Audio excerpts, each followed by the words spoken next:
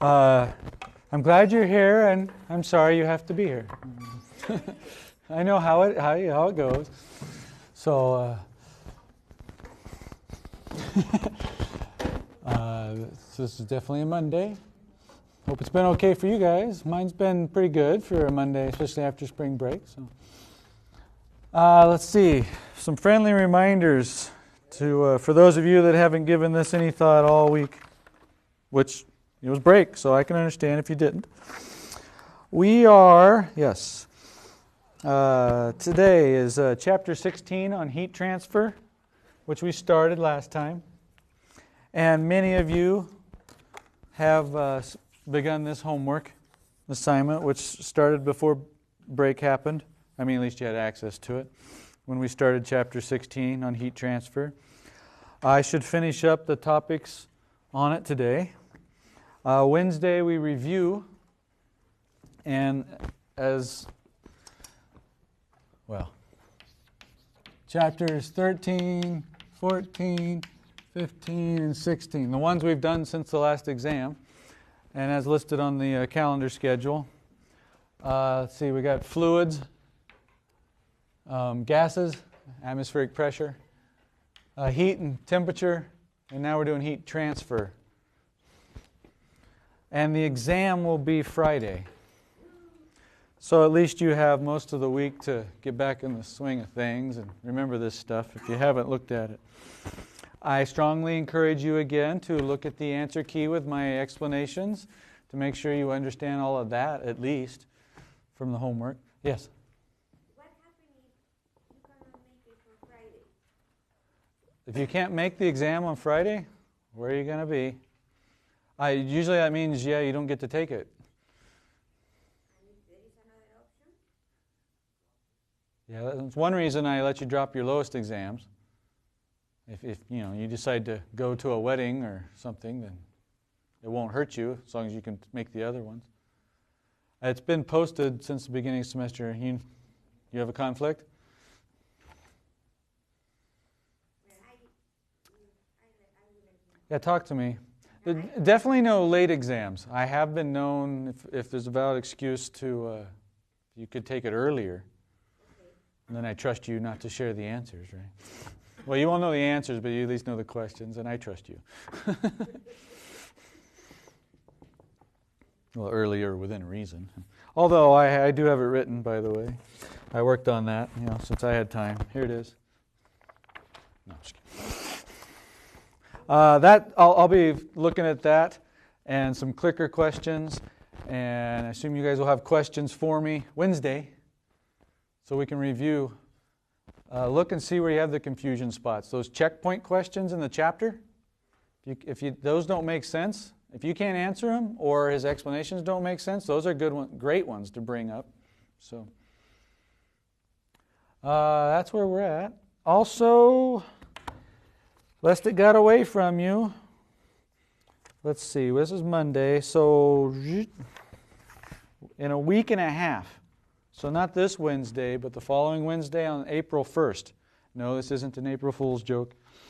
Your superhero paper peer review, that's your deadline. You can do it before then, so I encourage you to read the instructions, what I expect of you. But basically it's, you have your rough draft written, find someone. In this class makes more sense, it's probably easier and probably will benefit you more, but it's not required. And have them review it. Make notes on it.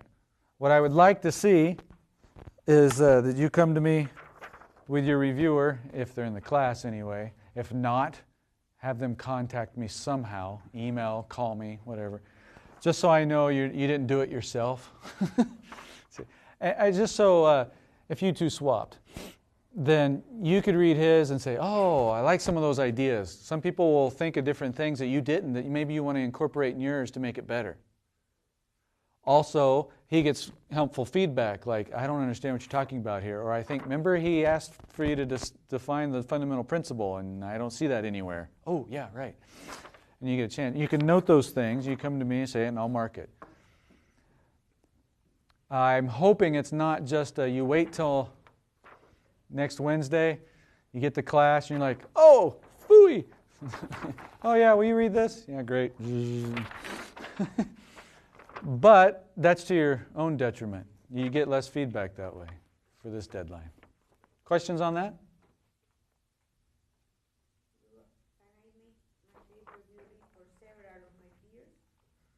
Can you make it what for your peers?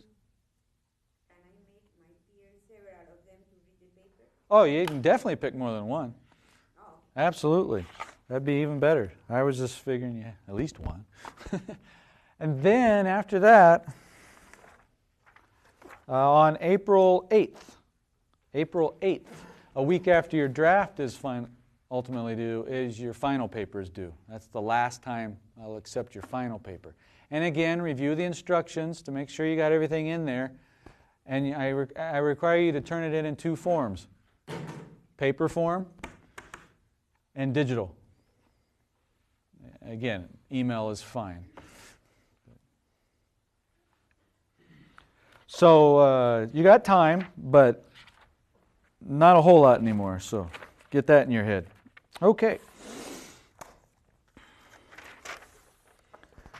So we did you guys remember the 3 methods of transfer without looking at your notes? What's one? Conduction, convection, radiation. Conduction, convection, radiation. Conduction, physical contact.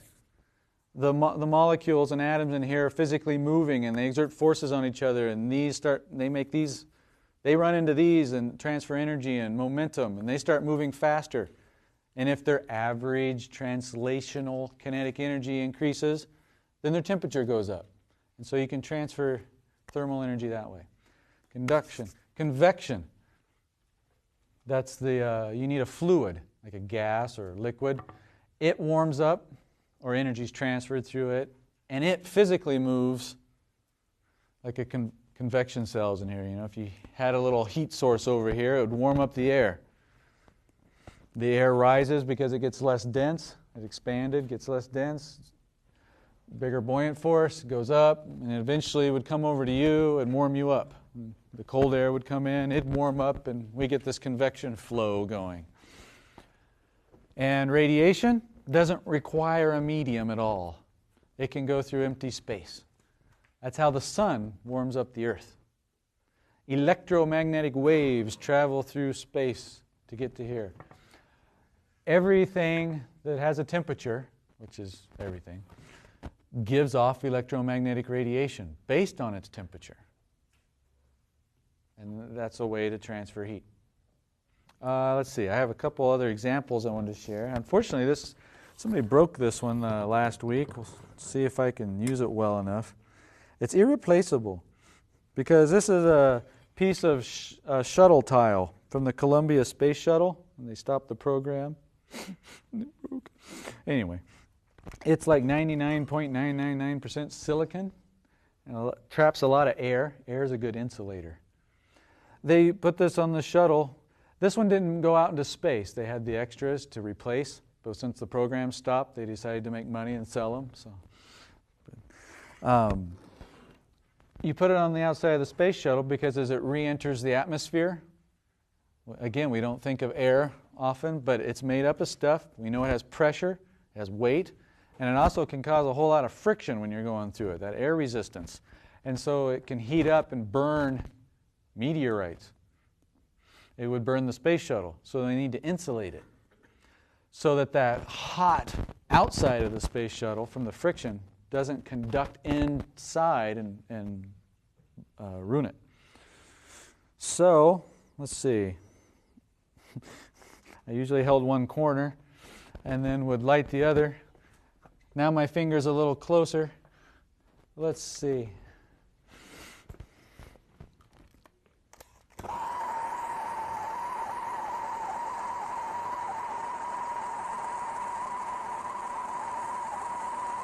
So you can see it glowing orange, can't you? I hope.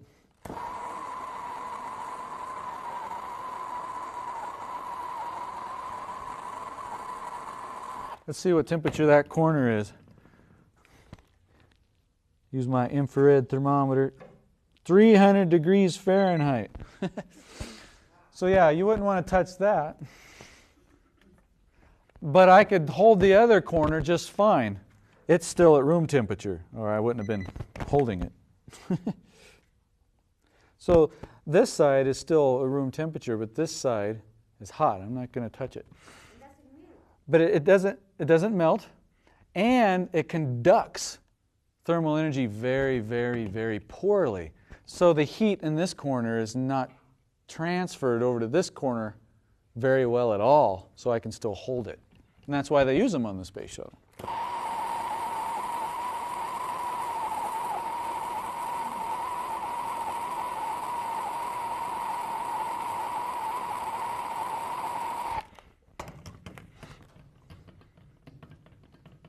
Woo! 900 degrees Fahrenheit. So that's right. Now, this only gets so hot. I'm sure it would melt soon, with enough of a transfer of heat. But that's through conduction, an example. That is made of what? Silicon. Silicon. Is the friction the only reason why things heat up going through the atmosphere? Is friction the only reason it heats up through the atmosphere that I can think of at the moment? I think it's just the friction, yeah. Yeah, it's just like you doing this, and you're running into things, and they're trying to slow you down with the retarding forces, like terminal velocity slowing you down. Yeah, if you didn't have air, if you were going through a vacuum, you wouldn't heat up because there's nothing you're rubbing against. So I think so. So yeah, these pieces of an asteroid or something that come into our atmosphere, they start heating up and they burn away. Most of them will burn away before they reach the ground. If it reaches the ground, if there's any of it left, we call it, instead of a meteor, it's a meteorite, if it makes it to the ground. Okay, but so if, let's say an asteroid does make it through the atmosphere, the air gets more and more dense as you keep getting closer and closer to the Earth. Yep. So would that cause more friction and more heat? Absolutely. Yeah, the closer you get to the surface, the more air you run into because of the density of air. And so there's even more friction, and it heats up even quicker. Okay. Yeah. So when the space shuttle is coming in, what cools it back down? Because obviously the space shuttle doesn't land like at 900 degrees. Yeah, the tile retains a lot of the heat. But yeah, eventually it's dissipated back into the atmosphere. It conducts to the air next to it rather than through itself into the shuttle.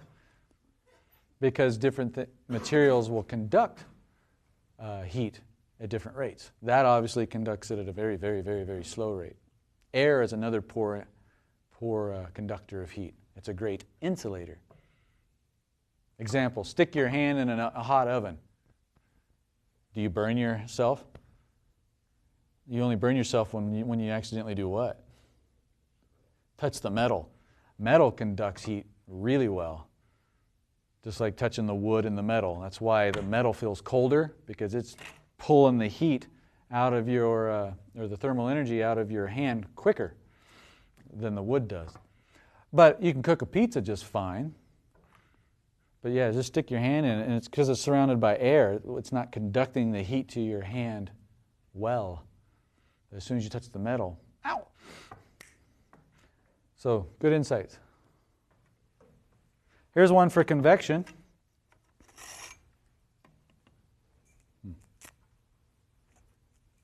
Let's see. Let's light this candle. Make a little chimney. So hot air should rise.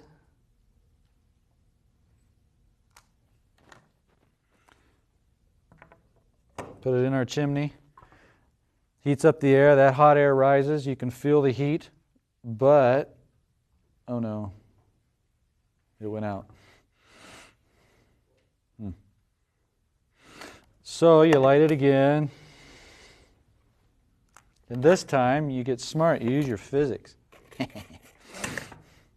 Put in this just as a divider. Now hot air still goes up, but it picks one side. There's less air in there now, so there's less pressure. The higher pressure will force fresh air, which is cooler, back in. And you have this convection going. Hot air up one side, cold, fresh oxygen in the other side. And this will stay lit. What determines the size? The asymmetry when it begins. Yeah, it could either one. But you pull this out. So if you're lighting your fireplace inside, you don't have the flue open, then there's nowhere for it to go. It'll go out. But what a lot of people don't realize is, okay, the flue's open, they light it, hot air is going up. Where's the cold air coming from? It's not coming back down the chimney, it's coming from your house. Sometimes you can feel a draft as the cold, fresh air comes in. Depends on where it comes in at and how drafty your house is, but that's convection. So how do convection ovens do that? Convection ovens, it heats up the air. The air moves to your food, heats it up. It's like it's forcing the convection. Believe it or not, most traditional ovens heat up by convection a lot, even though they don't call them that. Because think about it, you got your metal elements that are hot, right? Because they have a temperature, they radiate. So they do heat by radiation. They just give off electromagnetic radiation that your pizza can absorb. But you don't put your pizza right on the element, do you? That would be conduction. You put it on a rack. The oven heats up the air eventually gets hot and it's touching the pizza. And so in a sense, that's convection. Again, you put your hand in, that air still is hot, but it doesn't transfer quickly. That's why you got to leave your pizza in for a while. If you left your hand in for a while too, it would hurt. So convection ovens just force it and make it go faster. Did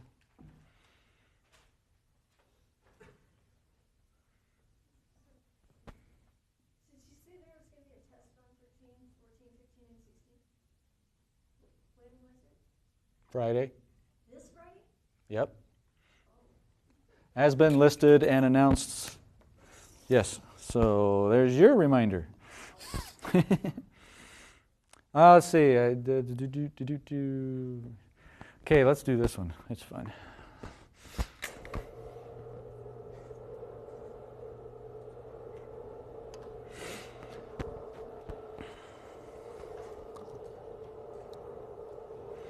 This is a thermal imaging camera. It does not see anything in the visible wavelengths of light, like we see. It can see in the infrared. So the infrared radiation, electromagnetic waves, that are being given off by everything, well, not everything, but most things, gives off. If you're hot, this turns it into something white. So things on here that are whiter, so we can see it, are hotter and darker, colder. So let's find somebody here. Let's see. There we go. Is that you? Yeah. So you can see that his face and his hands are hotter than his chest. Now his chest probably has the same temperature, but it has to go through his jacket and his shirt. And so that's absorbing some of the thermal energy before it gets to the camera. But you can see his jacket looks warmer than the seat he's sitting around. How about, oh, here we go. Who's that? Do you see her nose and cheeks? What do you know? They're a little cooler, which a lot of us are that way. Ooh, my hands are cold. Well, I'll look at me later. I looked at myself lots. Look at you guys. Oh, there we go. Your beard. So that's insulating. Your beard traps air. Air's a good insulator, poor conductor. So there we go. Let's see. Glasses. See, glasses will let visible light through, but most types of glass will block infrared. Infrared is just like light. It just has a different energy, frequency, and wavelength. We're going to do waves after this exam, so we'll get to discuss that more.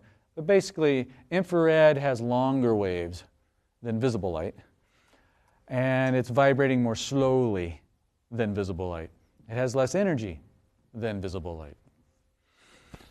Let's see. Anybody else dying to see what you look like? There we go. You can see the camera back there. It's a little warm. Let's look at the projectors. Oh, there they are. I can tell because it's the bright spot. The electrical energy is being converted to heat. Yes.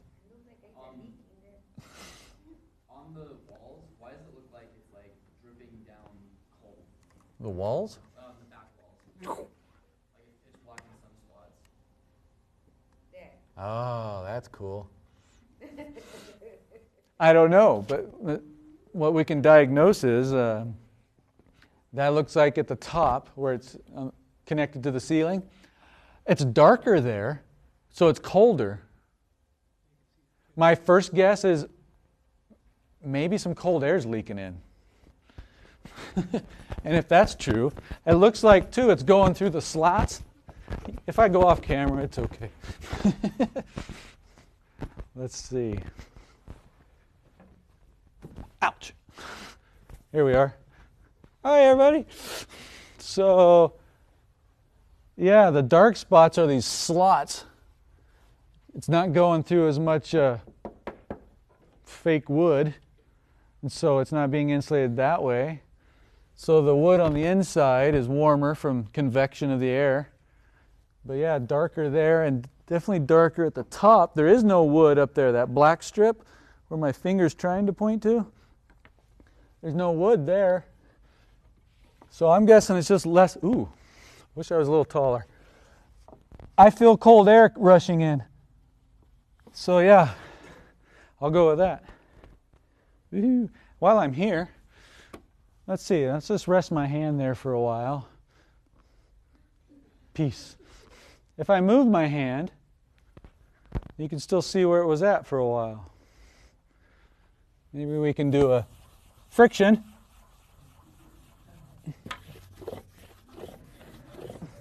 Get a smiley face, because we heated it up through conduction in that case.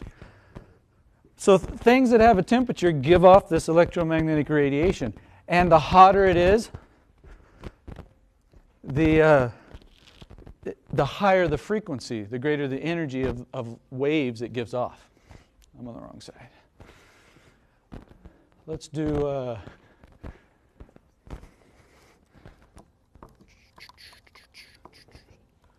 let's see. I'll just hello. Stay. I'll just go to wherever it's at. There we go. Oh, look at my fingertips. I'm cold.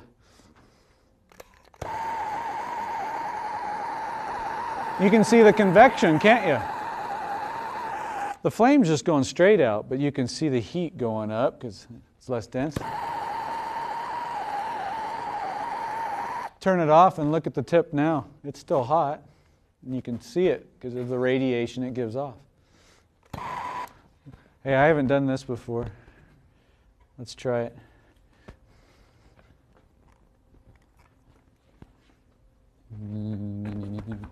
There-ish.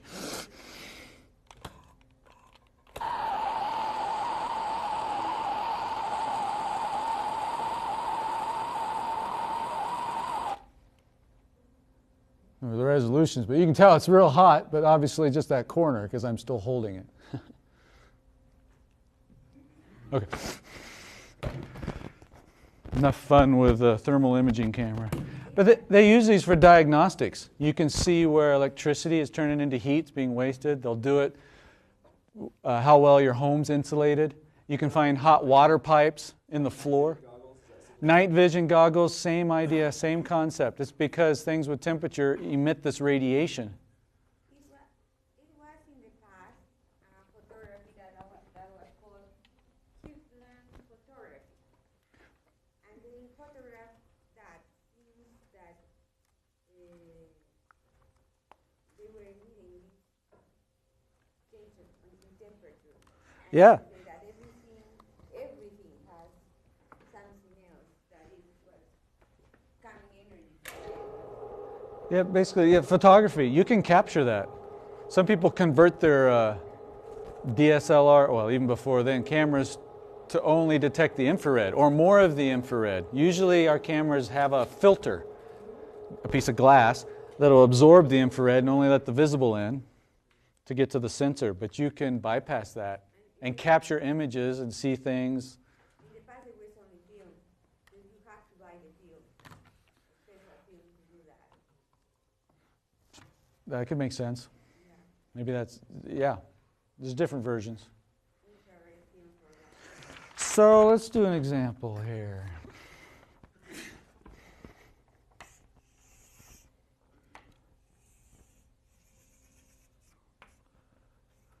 All right, you got some trees over here, the beach, sand, water, in the sun, in the day. Woo, we're happy.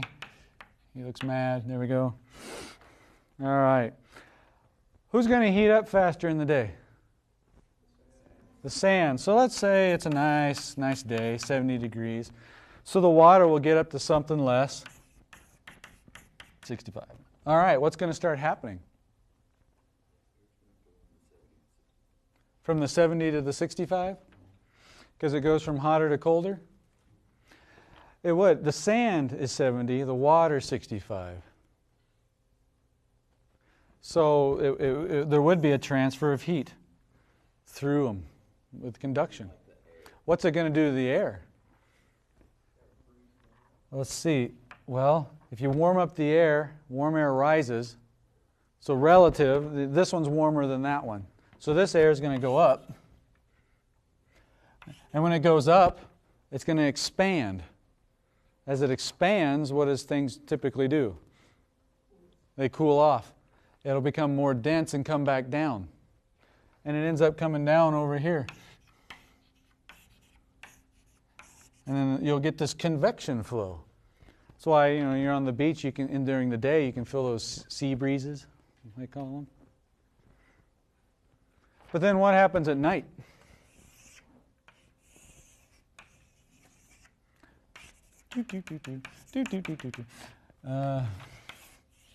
Okay, at night, what's going to happen to their temperatures? They'll go down, right, but what'd you say? It'll feel colder on land. Why is that happening? I didn't say the why. Why does this one heat up faster over here than the water? That's right. Water has a high specific heat capacity, a high resistance, thermal inertia. It doesn't want to transfer energy as easily as sand, which has a low resistance. So yeah, when they both absorb the energy, this has a bigger change because it has less resistance. For the same reason, this has less resistance. So it'll give up energy just as easily or more easily than water. So it might drop to, 60 degrees. Where the water will still drop, but maybe only to 64 or something. Because it retains that heat longer, has less resistance to want to change. That's why water is a good moderator. See, the temperature doesn't change much compared to things we're used to. But now you can see what will happen.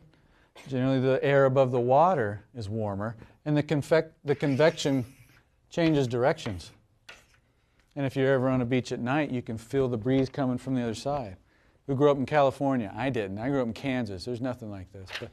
But, but if you're next to a lake or something, a pond, that can still happen. Is that where canyon breeze comes from? Canyon breezes? Like where you're sitting on like the bottom of a canyon, or like bottom of a canyon, at night it feels like there's a big wind. Well, any of those winds and breezes, even through canyons, there's a difference in pressure. And what causes that difference in pressure is quite often due to temperatures differences, like this. So there's some temperature difference that causes the pressure, and the pressure causes the fluid to flow, and it's going right through that canyon where you're at. Quite often it will blow through things like that. Yeah? Is that through the canyon thing? Is that the Bernoulli effect? Well, now that you have these things that might cause a fluid to start flowing, convection flow, this fluid's moving. And where it's moving, according to Bernoulli's principle, there will be a corresponding drop in pressure in the airstream. Because it's moving faster. Yeah. The two go hand. If you drop the pressure, it can speed up. If it speeds up, the pressure drops in the airstream. So yeah, all this is connected. The electromagnetic spectrum, I keep mentioning it. Visible light. We're going to cover that more with waves. We'll do waves after this unit. We got the sound, but you also have light. They can both be treated as waves. But we can only see red, orange, yellow, green, blue, purple, right? Beyond it, go the same direction here. You have ultraviolet light, X-rays, gamma rays. You've probably heard of these. And on this side you have infrared, microwave,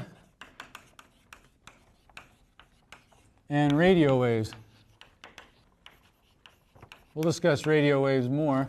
I don't mean the sound you hear, I mean the actual electromagnetic radiation.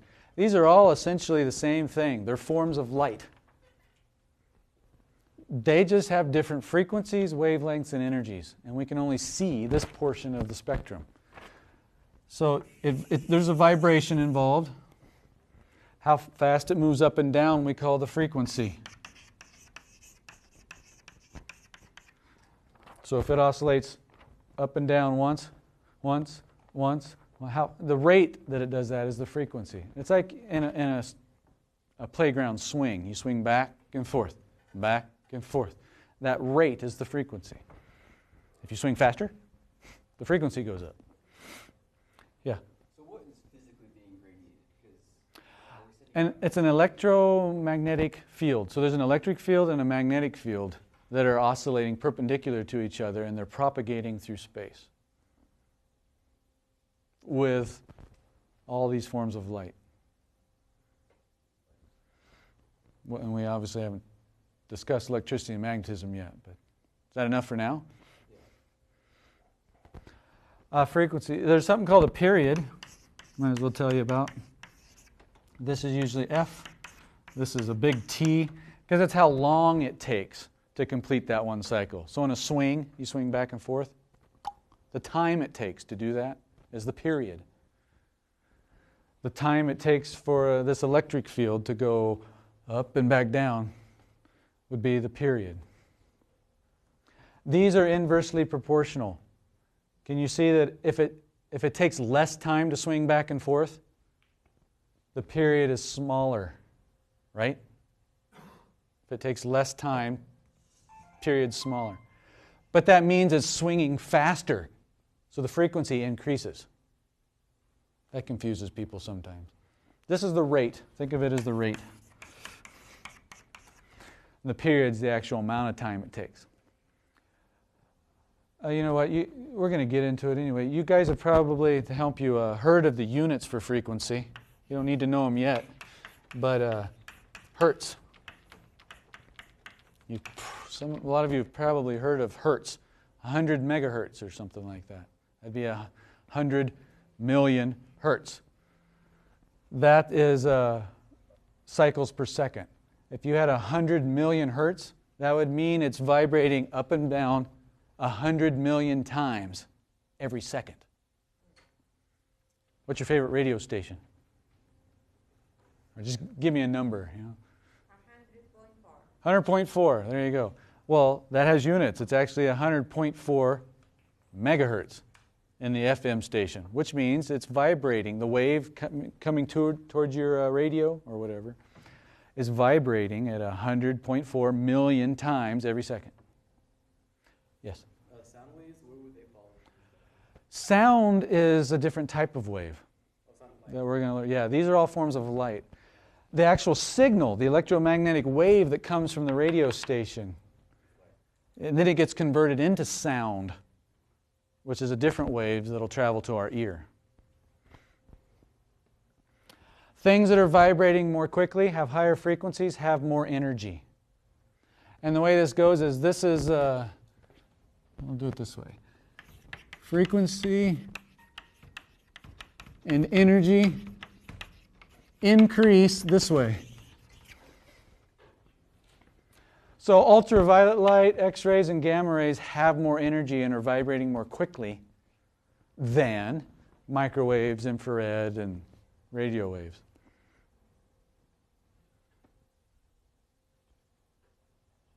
So those microwaves that are cooking your food inside the microwave, they're actually bouncing around inside there and they're vibrating at a certain frequency.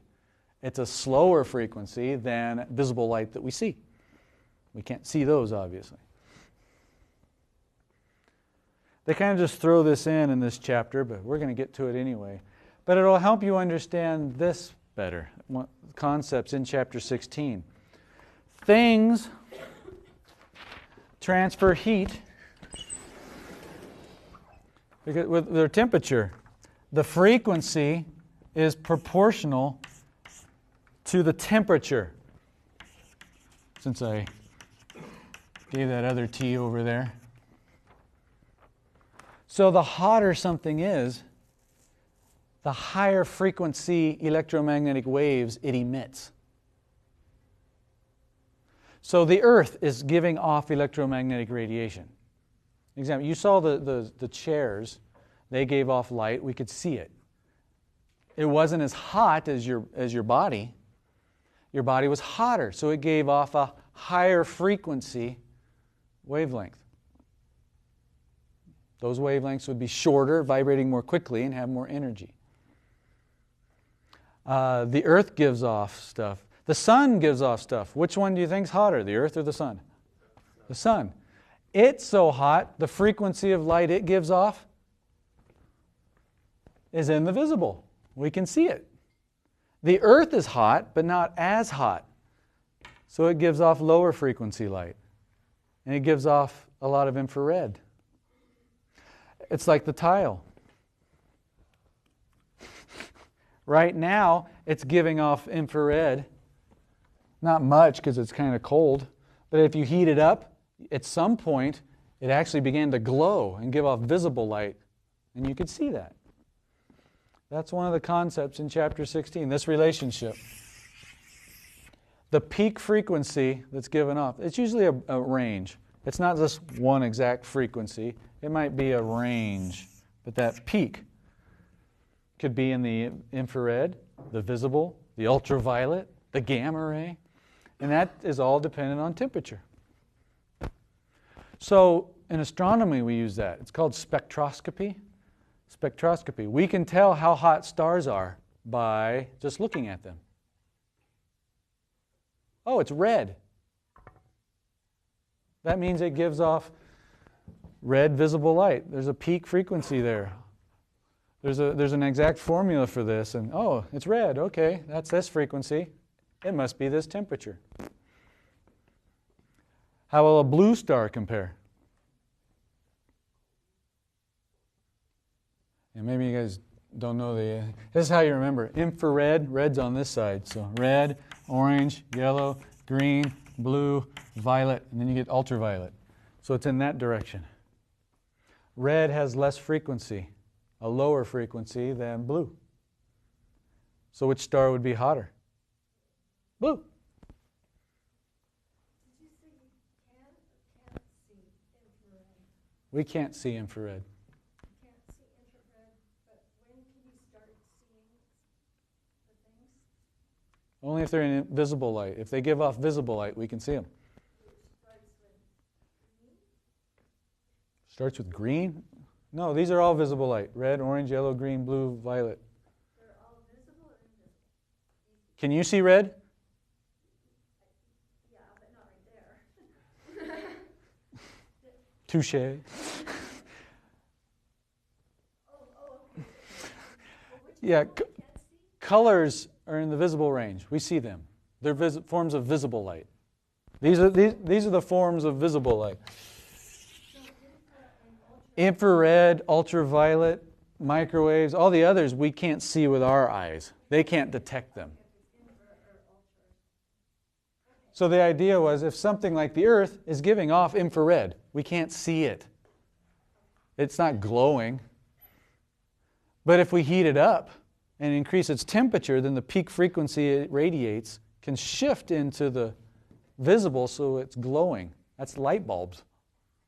You know, the filament, if it gets hot enough, it starts to glow, and we had light. So I hear a lot that darker, I know that darker colors absorb more heat. Does that have to do with its specific heat capacity, or does that have to do with this? Because it kind of seems like red and violet are kind of similar as far as like their shade of how dark they are. Does that make sense? Yeah. So does that have any role to play? The color does affect the absorption and radiation rate. Remember, all objects are constantly absorbing energy at the same time they're emitting and radiating energy. And if their temperature doesn't change, then that's in balance. The in and out are equal. But some materials and also some colors, they call it emissivity, which isn't in this chapter. But what they do talk on is the color. Black. Black, and you guys know, is like no color. Your jacket's black because it absorbs all of these wavelengths. All of these frequencies get absorbed. They resonate with the pigment in your black coat, your shirt, and they get absorbed. So black is a good absorber in general. The material, it'll depend on, there's different things, and the different type of paint you have. Some paints will absorb it a lot. But the idea is if it's black, it's going to be a good absorber of wavelengths, frequencies. And so there's no light from your shirt to reflect back. I don't get a color. Red gets absorbed, and so I just see black. Green gets absorbed, so I just see black. Infrared might get absorbed, and so it looks cold. Whereas white, your white shirt, white, we're going to learn later, is all of these colors mixed together. All of these colors are in white. So what's happening is light goes to your shirt, reflects off of it, and all of those colors enter my eye, and my brain goes, oh, all those together are white, and I see white. So white's a good reflector, not a good absorber. Definitely, specifically for visible light. But that often carries into infrared too.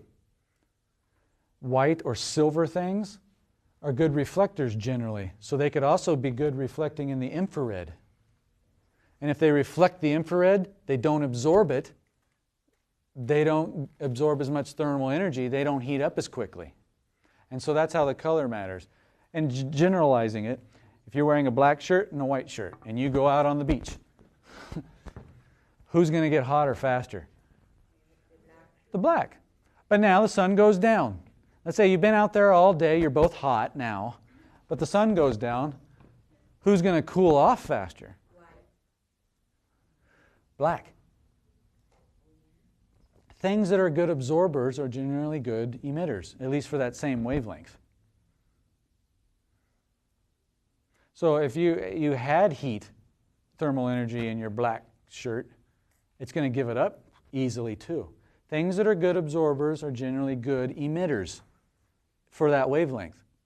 Now it is different depending on the paints and things. It might absorb visible light really well, but reflect infrared. Depends on the frequency, that wavelength of light. But if they're good at absorbing infrared, they're also going to be good at emitting, radiating infrared. If they're good at absorbing visible light, black, then they're also good at giving off that same radiation of light, frequency. Yes, and then Violet then be better at, so the violet would be the best at absorbing light, energy from light, right? So I'm trying to compare like violet with black. it depends on the light that's coming in. Yeah. If these are certain frequencies, just like these are certain frequencies. So this is better at absorbing and reflecting visible light. Violet light.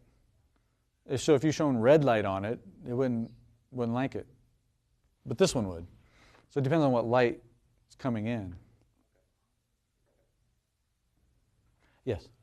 What are the frequencies at which visible light begins? They are, I have the wavelengths in my head more. The frequencies, I don't remember off the top of my head. They're in your book, which I didn't bring with me today. I don't remember. It's fast, though. Give you an idea. Radio waves, FM station, 100 million hertz. Well, this is faster. A lot faster, so it's faster than that. Yes? So as you go lower down the spectrum, you get longer waves. Yeah, the waves get longer that way, shorter this way. They vibrate more slowly that way. Frequencies less, frequencies higher. Less energy, more energy. This relationship, and there's only one other thing. The greenhouse effect. I'll end with that. We're poised for it. You've heard of it, I'm sure, the greenhouse effect. You can understand it now.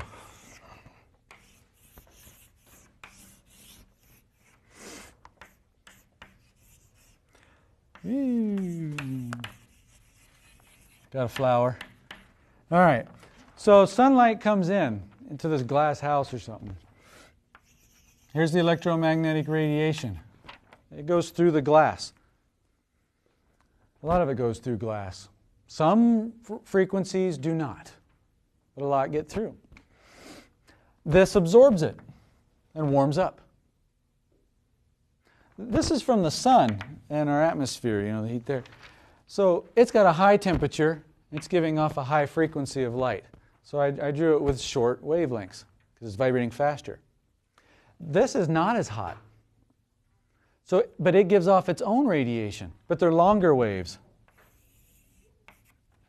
And this heats up too, and there might be one coming back, and one this way. The idea is short waves with high frequency can get in. It heats it up, but it's not as hot as the sun, so it gives off its own radiation, but at longer wavelengths, lower frequencies. If this material is such that this frequency can pass through it, but this frequency cannot, you have the greenhouse effect. And things warm up. So basically, it's taken the radiation from the sun, things are warming up, they're giving off heat, but that heat can't escape. It's like it's trapped. This isn't from air just being trapped, the convection. It's the radiation that's being trapped.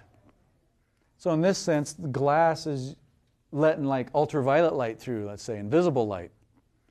But then this is giving off infrared, and it can't pass through most glass. And so it just gets hotter and hotter in there. That's the greenhouse effect. And that happens in our atmosphere. We have atmosphere, we have particles, greenhouse gases. Certain gases act like this glass. They let some radiation through, either way, but as things heat up, they don't let other radiation back out. And the effect can be, it keeps our Earth warm. If you get too many of them, then it's going to keep our Earth too warm. Because it's just trapping this change in frequency and wavelength that's given off because it's dependent on temperature. Does that make sense? Well, that's the gist of chapter 16. I do want to warn you, I know, we're just in, your homework for 16 is due Wednesday night. It's not a Sunday because I want you, the exam's Friday, so you have to be. But I've covered all the content, so you should have started, or you can. We'll review Wednesday, and you still have Wednesday to go over it. So, Patricia, do you have a question?